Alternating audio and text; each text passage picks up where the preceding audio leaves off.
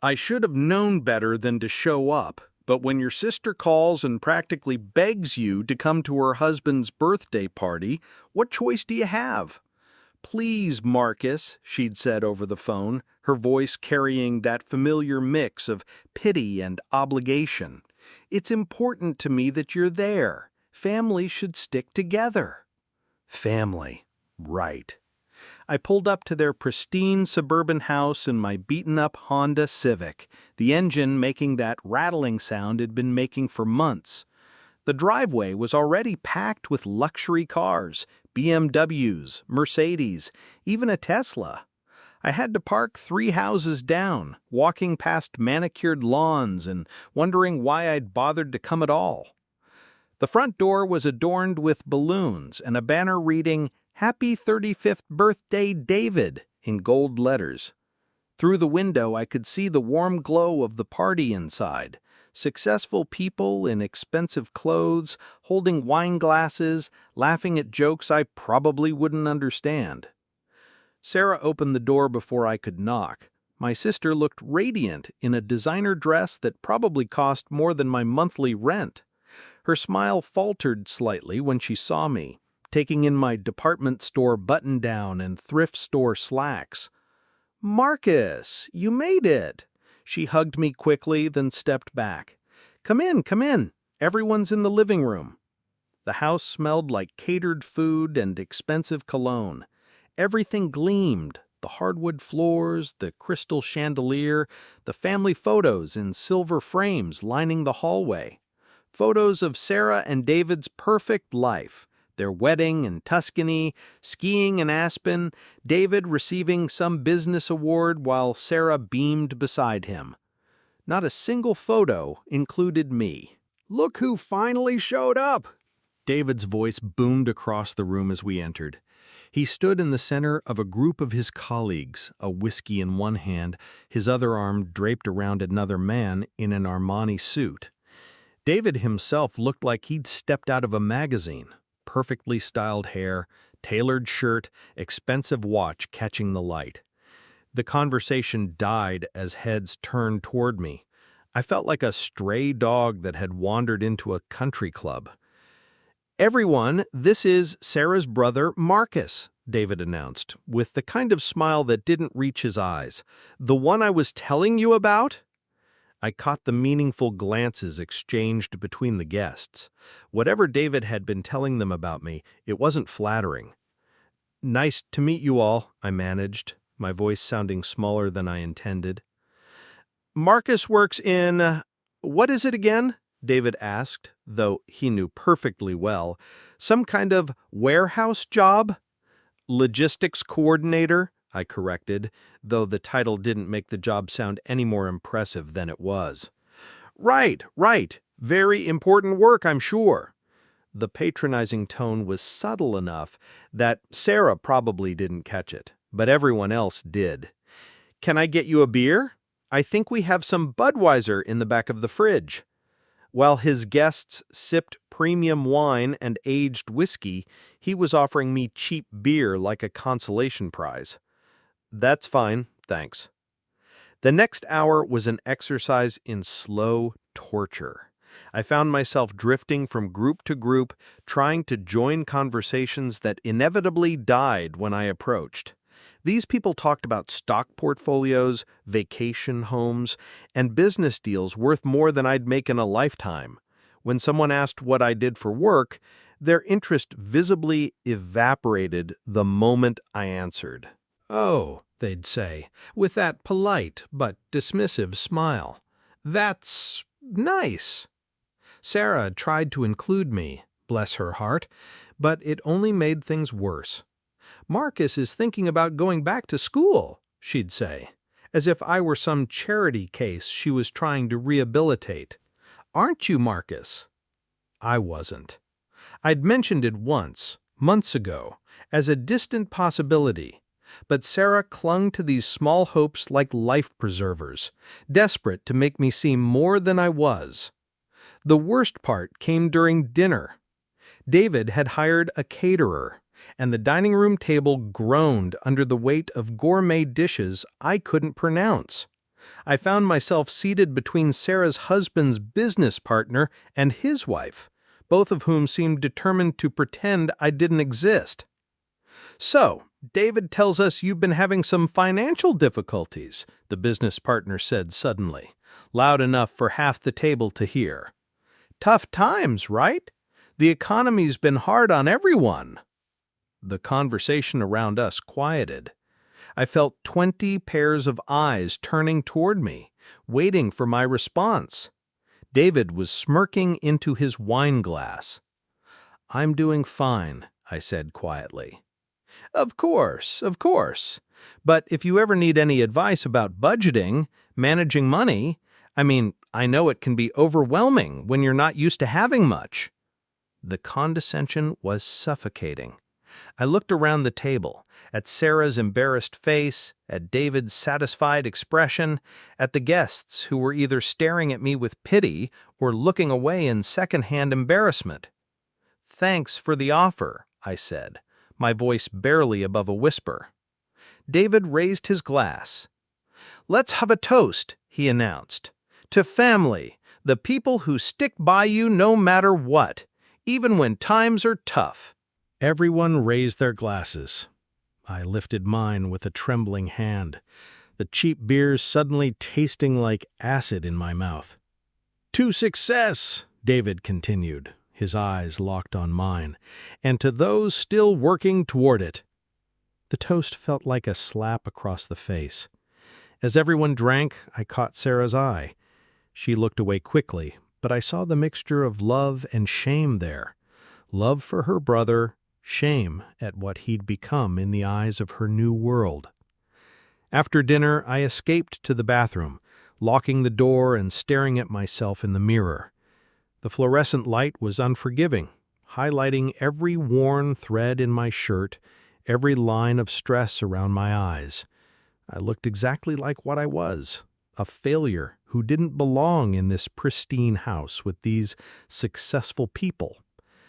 I could hear laughter from the living room, probably at another joke at my expense. My phone buzzed.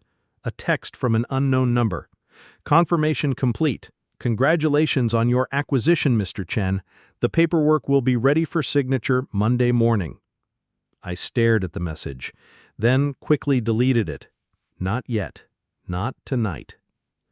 When I emerged from the bathroom, the party was winding down.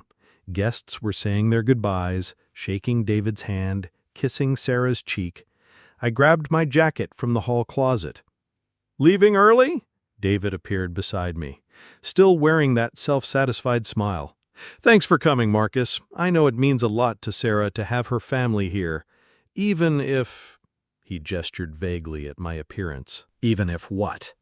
"Well, it's got to be hard seeing how well everyone else is doing. But don't worry, your time will come. Maybe." I wanted to hit him. Instead, I nodded and headed for the door. Sarah caught up with me on the porch. "Marcus, wait." She looked around nervously, making sure we were alone. "I'm sorry about tonight. Some of David's friends can be, well, they're not used to meeting people from different backgrounds. Different backgrounds, like I was from another planet instead of the same middle-class home she'd grown up in." "It's fine, Sarah." "No, it's not fine. You're my brother and I love you. Things will get better, I promise. You just need to keep trying, maybe get some help with—" "With what? Being poor? Being a disappointment?" The words came out harsher than I intended. Tears welled up in her eyes. "That's not what I meant." I softened. Sarah wasn't the enemy here. She was just caught between two worlds, trying to love a brother who embarrassed her and a husband who despised him. "I know. I'm sorry. Thanks for inviting me." I walked to my car in the darkness, the sound of the party continuing behind me. As I drove away, I could see the warm light spilling from their windows, could imagine David holding court, probably already telling stories about his wife's unfortunate brother. My phone buzzed again. Another message. "All contracts finalized. Welcome to the board, Mr. Chen." I smiled for the first time all evening. and deleted that message too. 3 months. I just needed 3 more months to let everything fall into place. Then we'd see who was laughing. The weeks following David's birthday party dragged by like wounded animals. I threw myself into my warehouse job with renewed focus, but for reasons nobody around me could understand. While my coworkers complained about the overtime, I volunteered for every extra shift available. While they spent their lunch breaks scrolling through social media, I spent mine on conference calls, speaking in hushed tones in my beat-up Honda in the parking lot. "Yes, the final inspection is scheduled for next week," I whispered into my phone, watching through the windshield as my supervisor looked around for me. "And the zoning approval came through." "Everything's green-lit, Mr. Chen. The city fast-tracked your application given the projected job creation numbers. 68 new positions in the first year alone." I smiled, ending the call just as my supervisor spotted me. Johnson was a good man, but he had no idea that the guy he'd been writing up for tardiness was about to change everything. "Jen, break's over. We got 3 trucks coming in this afternoon." "On my way, boss." Back on the warehouse floor, I fell into the familiar rhythm of scanning packages, checking inventory, moving boxes. My hands worked automatically, while my mind calculated numbers, timelines, logistics on a scale Johnson couldn't imagine. The irony wasn't lost on me. Here I was moving other people's products around a warehouse while secretly orchestrating the biggest business deal this town had seen in decades. My phone stayed busy during those weeks. Lawyers, contractors, city planners, investors, all reaching out to Marcus Chen, CEO and majority shareholder of Phoenix Industries. Not one of them had any idea that Marcus Chen spent his days in steel-toed boots and safety goggles, earning $16 an hour moving boxes. The hardest part was maintaining the facade at home. My apartment was still the same cramped one-bedroom with the leaky faucet and the neighbor who played music too loud. I kept wearing the same worn clothes, driving the same dying car, because I couldn't risk anyone noticing changes yet. The revelation had to be perfect, complete, undeniable. Sarah called twice during those weeks, her voice carrying that familiar mixture of concern and obligation. "How are you doing, Marcus? You seemed so upset after the party." "I'm fine, Sarah. Just working." "I've been thinking, maybe David could help you find something better. His company is always looking for entry-level positions. Nothing glamorous, but better than warehouse work." Entry-level positions. At 32 years old, my sister was offering to get me entry-level positions? "Thanks, but I'm good where I am." "Marcus, please, I know you have pride, but sometimes we need to accept help. There's no shame in—" I said I'm fine. The silence stretched between us. I could hear her breathing, could imagine her sitting in her perfect house, worrying about her failure of a brother who was too stubborn to accept charity. "Okay," she said finally, "but the offer stands. David really does want to help." David wanted to help the same way a cat wants to help a mouse, by playing with it before the kill. After she hung up, I sat in my threadbare armchair and opened my laptop. The Phoenix Industries portal showed the latest updates: construction permits approved, environmental impact assessments completed, initial staffing plans finalized. By the end of the month, ground would break on a $50 million manufacturing facility that would employ half the town. My phone rang. Unknown number, but I recognized the area code. "Mr. Chen, this is Patricia Valdez from the Tribune Business Desk. I understand Phoenix Industries is planning a major announcement soon?" My heart stopped. "I'm sorry, who is this?" "The Tribune, local business reporter. We've been tracking the permits and zoning changes, and Phoenix Industries keeps coming up. Our research shows you're listed as the primary contact. We'd love to do a feature story on the new facility and its impact on local employment." This was happening too fast. The media attention wasn't supposed to start until after the official announcement. No comment at this time. Mr. Chen, with respect, this is big news for our community. 68 new jobs, millions in local investment. People have a right to know what's coming. I understand, but we're not ready for media coverage yet. I'll reach out when we are. Can you give me a timeline? Our readers are very interested in economic development stories, especially ones with local job creation. Soon, I said, and hung up. I stared at the phone, my hands shaking slightly. Everything was moving faster than I'd planned. The careful timeline I'd constructed was accelerating, pushed forward by permit approvals and media attention I hadn't anticipated. Another call, this time from my lawyer. Marcus, we need to talk. The Tribune isn't the only media outlet sniffing around. Channel 7 Business News left a message, and someone from the State Economic Development Office called asking about Phoenix Industries. The cat's getting out of the bag. How long do we have? Maybe 2 weeks before this becomes public knowledge. The permits are public record, and once reporters start connecting the dots, 2 weeks. David's birthday party had been 3 weeks ago. That meant I had maybe 1 week to control the narrative before someone else did it for me. Move up the timeline, I decided. Let's announce next Friday. That's cutting it close. The board meeting isn't until... Change the board meeting. Friday morning, 10 a.m. Full announcement, media presence, the works. You sure about this? Once we go public, there's no taking it back. I thought about David's smirk, about Sarah's pitying looks, about the business partner who'd offered to teach me about budgeting. I'm sure. The next week was a blur of preparation. Press releases, media kits, catered breakfast for the announcement event. I coordinated everything from my warehouse breaks, speaking in code, using company bathrooms for private calls. My coworkers started joking that I'd developed bladder problems. Chen's been pissing every hour on the hour, Johnson laughed during Thursday's team meeting. Maybe lay off the coffee, buddy. If he only knew I'd been approving 6-figure expenditures from that bathroom stall. Friday morning arrived gray and overcast, threatening rain. I called in sick to the warehouse, the first sick day I'd taken in 2 years. Instead of steel-toed boots, I put on the one good suit I owned, the one I'd worn to job interviews and funerals.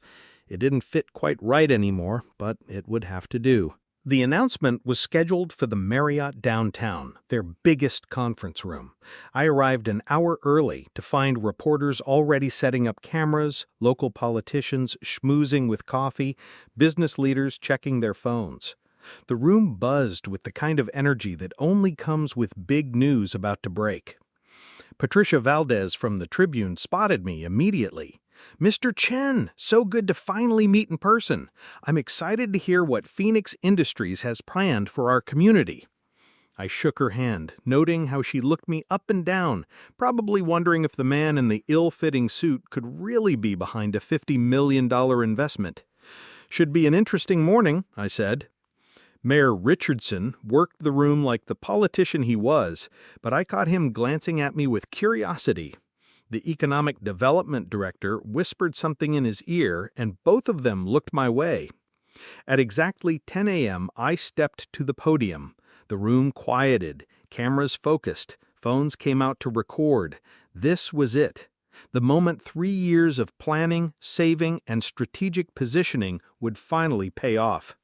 Good morning, everyone. Thank you for coming. I'm Marcus Chen, CEO and founder of Phoenix Industries. I began reading from the prepared statement, my voice growing stronger with each word.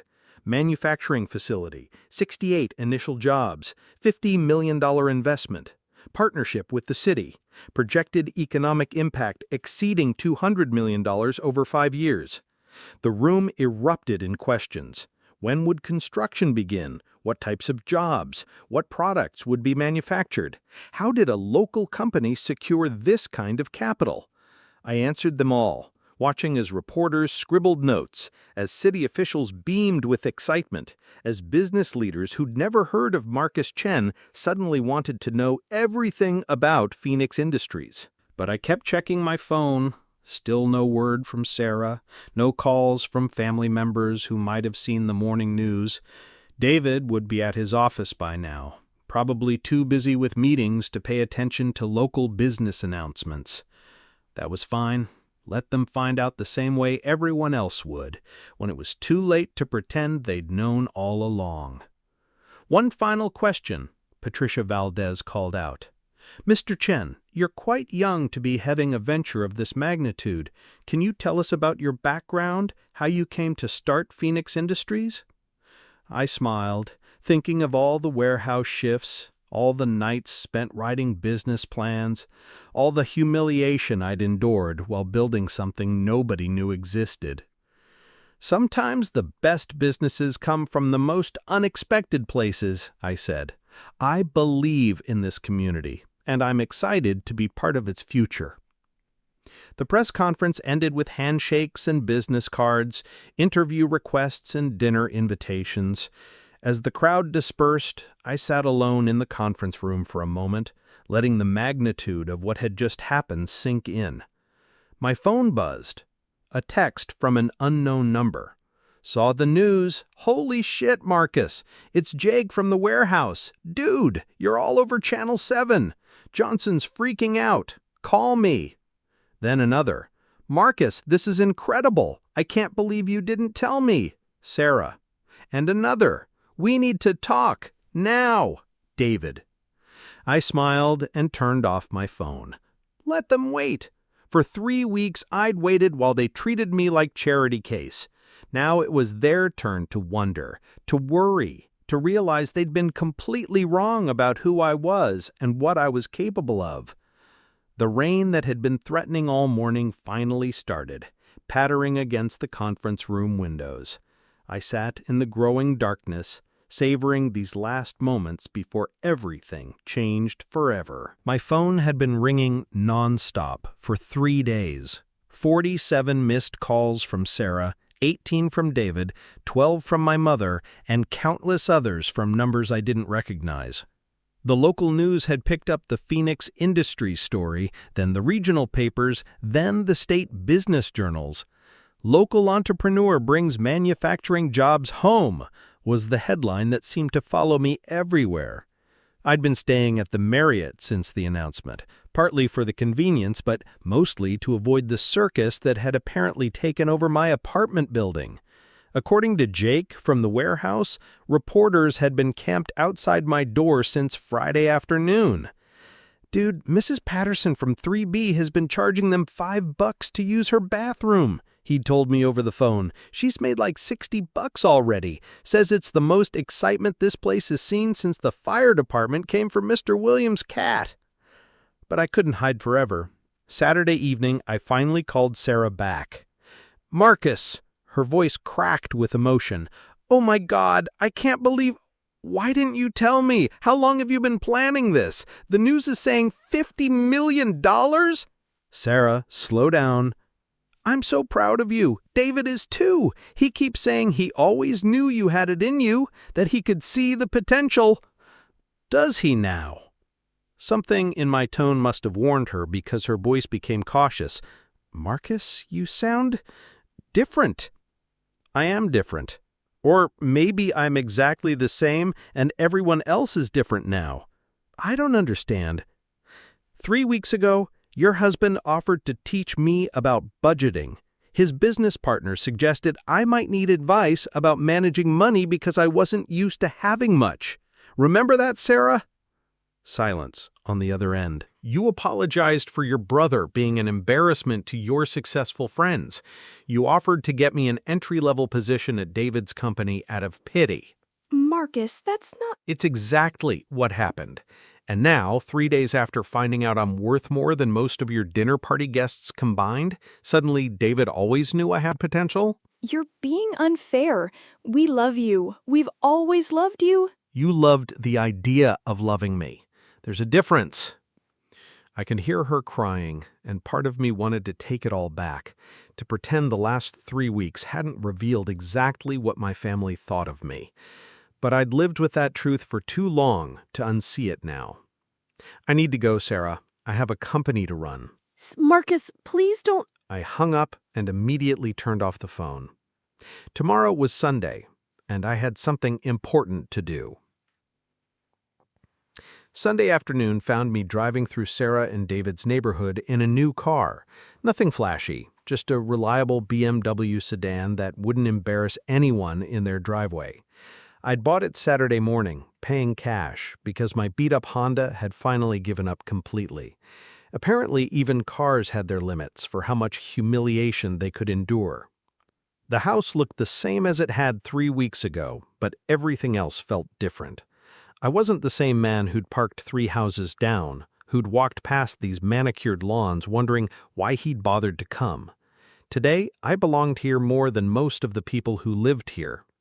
Sarah opened the door before I could knock, just like last time, but her expression was different now, uncertain, almost nervous.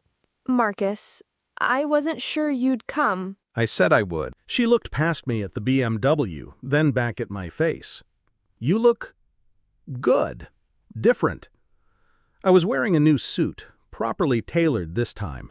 Amazing how much confidence the right clothes could provide when you actually owned them, rather than renting them for special occasions. Where's David? In his study. He's been working all weekend, ever since, she gestured vaguely, ever since Friday.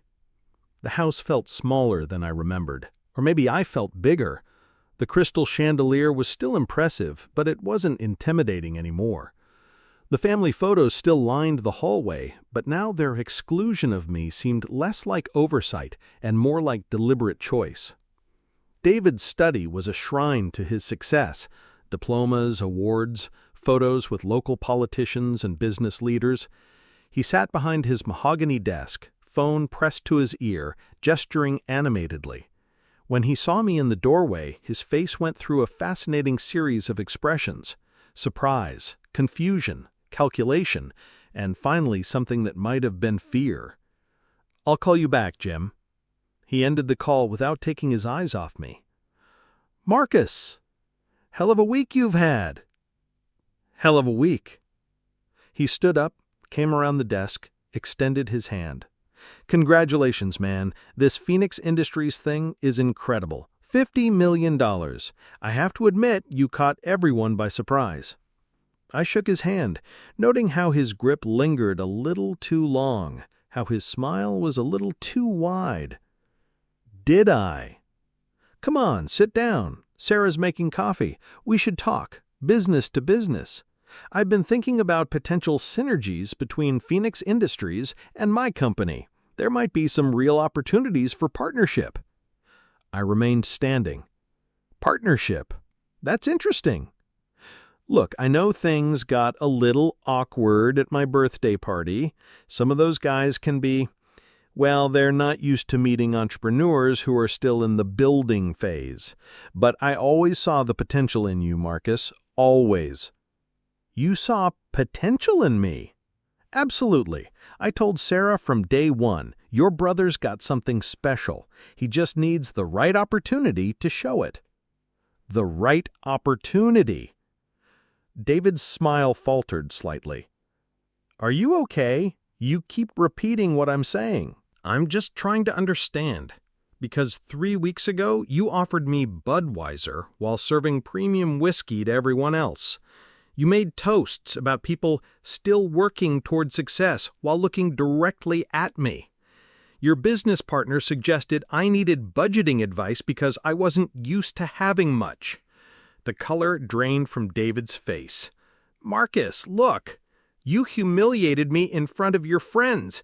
You treated me like a charity case, like some unfortunate relative you had to tolerate out of obligation to your wife. That's not how I meant. It's exactly how you meant it." I stepped closer to his desk. "You enjoyed it. Every condescending word, every pitying look, every joke at my expense. You enjoyed having someone in the room who made you feel superior. His mask was slipping now, revealing something ugly underneath. "You want to know the truth? Fine.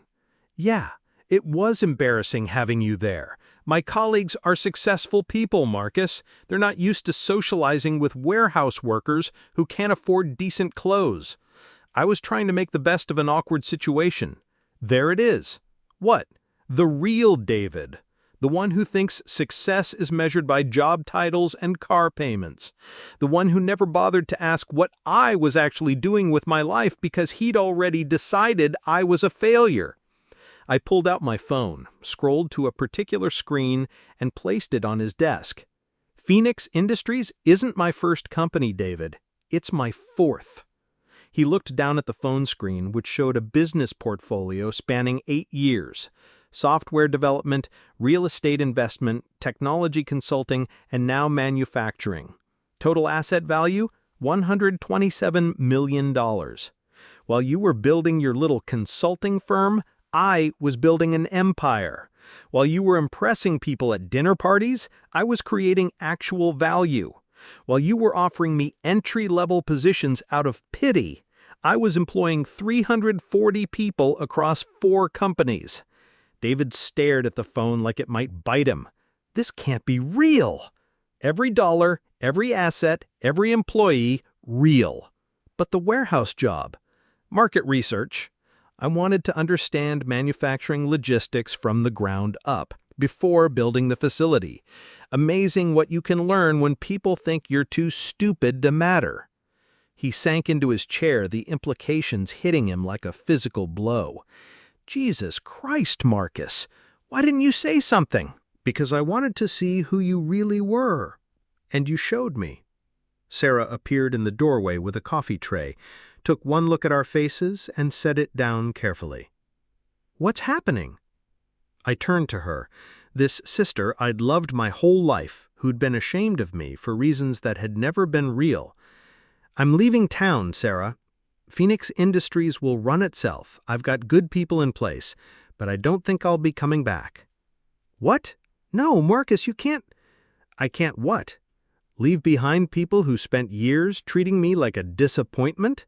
Walk away from family members who were embarrassed to introduce me to their friends? It wasn't like that. It was exactly like that." I looked around the study, at David slumped in his chair, at Sarah's tear-streaked face, at the whole perfect life they'd built while looking down on mine. I spent 32 years believing I wasn't good enough for this family. Turns out the family wasn't good enough for me. "Marcus, please." "I'll make sure Phoenix Industries hires locally. The jobs I promised will materialize, but I won't be around to see it." I walked toward the door, then stopped. "Oh, and David, that consulting contract you've been chasing with Henderson Corp? They're Phoenix Industries' biggest client now. I'll make sure they know how you feel about working with unsuccessful people." His face went white. The Henderson contract was worth more than his company made in a year. "You can't do that." "I can do anything I want. That's what success actually looks like." I left them there, in that perfect house with their perfect things and their imperfect hearts. Outside, the neighborhood looked the same as always: manicured lawns, expensive cars, the appearance of success masquerading as its substance. My phone rang as I drove away. Sarah's number. I let it go to voicemail, then listened to the message at the next red light. "Marcus, I'm sorry. I'm so sorry. I know we hurt you, and I know saying sorry doesn't fix it, but please don't disappear. You're my brother. I love you. Call me back, please." I deleted the message and blocked the number. 3 months later, I was sitting on a balcony in Barcelona, reading the American business news on my tablet. Phoenix Industries had broken ground on schedule. The facility was already employing 47 people in the construction phase alone. The mayor had declared it the biggest economic development in the county's history. A smaller item caught my attention. Local consulting firm closes after major contract loss. David's company had folded when Henderson Corp pulled their business. Apparently, Phoenix Industries had recommended they work with a firm that better understood collaborative partnership rather than hierarchical superiority. I felt no satisfaction in David's failure, no joy in his downfall. Success isn't about destroying your enemies. It's about building something so undeniably valuable that their opinions become irrelevant. My phone buzzed, a text from an unknown number. Saw the Barcelona pics on your Instagram. Living the dream, man. It's Jake from the warehouse. Johnson finally figured out you were the Phoenix Industries guy. He's been telling everyone he always knew you were special. Thought you'd get a kick out of that. I smiled and closed the tablet. The Mediterranean stretched out before me, endless and blue and full of possibility. Tomorrow I was flying to Amsterdam to look at a potential acquisition, a small tech company with big ideas and smart people who valued innovation over image. Behind me lay a life built on other people's expectations, other people's definitions of success and failure. Ahead lay something I'd never had before, the freedom to be exactly who I was, worth exactly what I'd earned, respected for what I'd built, rather than judged for what I lacked. My phone rang. Sarah's number, somehow unblocked. I stared at it for a long moment, then let it go to voicemail without listening. Some bridges, once burned, were never meant to be rebuilt, and sometimes that was exactly how it should be. I ordered another coffee and opened my laptop. Phoenix Industries needed a new director of operations, and I had 3 excellent candidates to interview. The work never stopped, but when you loved what you built, work felt like freedom. The sun set over Barcelona as I typed, painting the sky in shades of gold and possibility.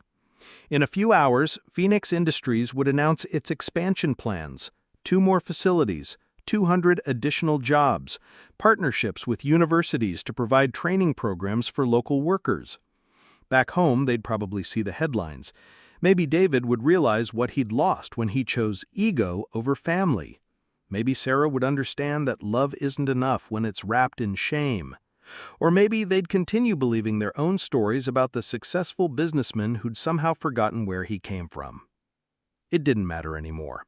I'd found something better than their approval. I'd found myself. And that, it turned out, was worth more than all their perfect houses and expensive cars combined. The waiter brought my coffee and I returned to work. There were companies to build, people to employ, and a future to create, one that belonged entirely to me.